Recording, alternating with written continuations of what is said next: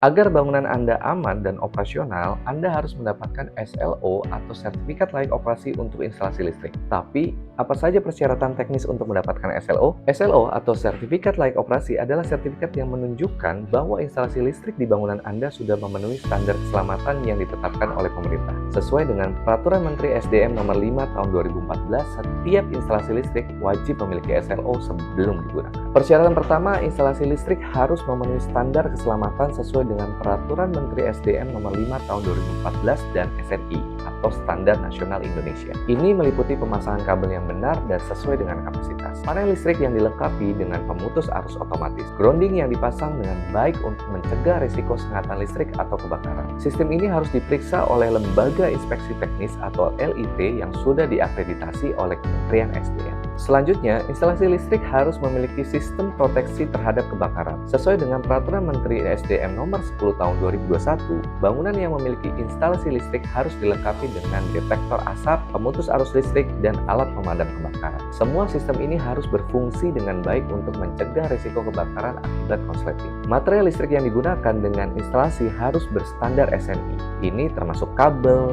saklar, dan panel distribusi. Material berstandar SNI memastikan bahwa komponen instalasi mampu menahan beban listrik yang sesuai dan tidak mudah rusak sehingga mengurangi risiko kecelakaan. Terakhir, instalasi listrik harus lulus pengujian teknis oleh Lembaga Inspeksi Teknis yang sudah terakreditasi. Sesuai dengan Pasal 10 Peraturan Menteri SDM Nomor 5 Tahun 2014. LIT akan melakukan pemeriksaan mulai dari pengujian daya tahan kabel, fungsi panel listrik, hingga proteksi keselamatan seperti pemutus arus. Hasil inspeksi ini menjadi dasar untuk menerbitkan SLO.